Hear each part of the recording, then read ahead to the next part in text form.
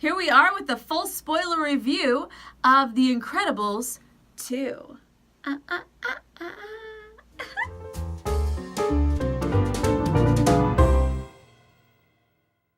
Was that too much? I think it was too much. Whatever. Alright, hey guys, my name is Chelsea Robson, and I'm going to be talking full spoilers about The Incredibles 2. First off, this movie has been in our minds and in our hearts for the last 14 years.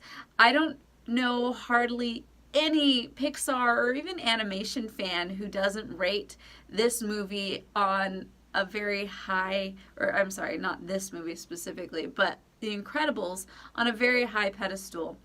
I will go ahead and say that the original had a few things lacking for me. The original for me, I felt was just a little too slow, but I did enjoy it. I say that I did not give this a perfect 5-star review, and I get so many people who are just like, heresy! I'm like, whoa, settle down.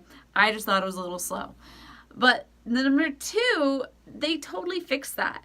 The humor with Jack, I mean, every time Jack was on screen, it totally stole the show. I felt like there was a lot of dimensions that were added to the family dynamic, and so when you had like around the dinner table, people talking, and that conversation just really, you felt like a real family.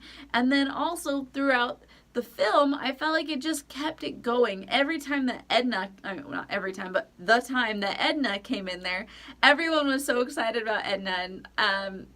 And this, when I saw this, everyone is just like, yeah, Edna! Which I just think I find so endearing. Like, this character obviously stole our hearts in the first one, and just to have her in here at all in the second one was like, yes. But not only that, this character was, like, just did way more and just totally amplified the humor once again that I just appreciated so much. The things that I did not appreciate, okay, the villain.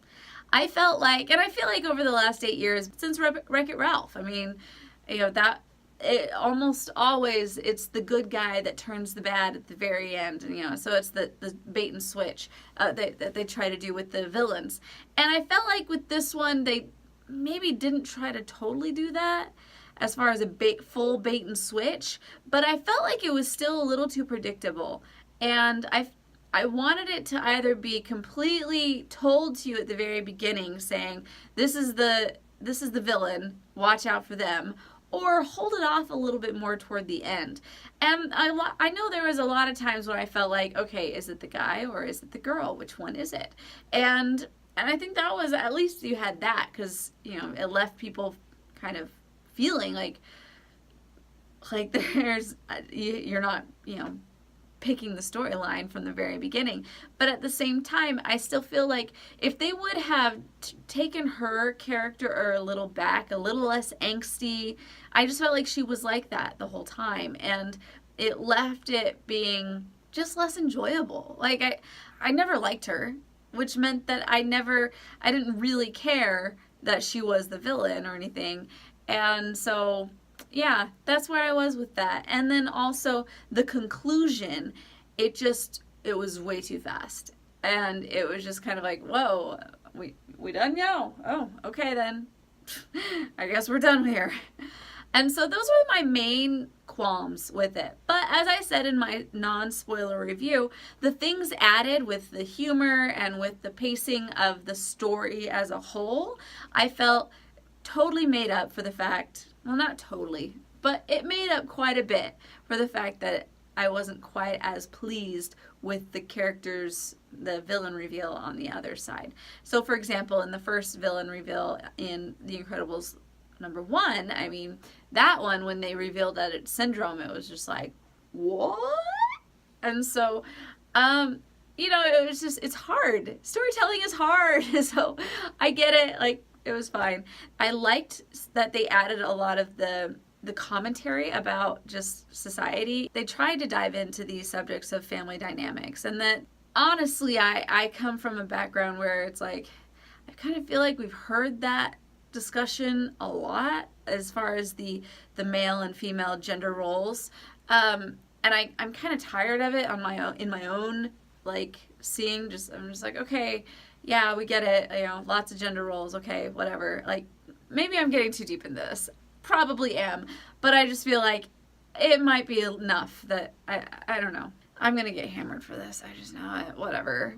That's just my thoughts, okay? Those are my thoughts.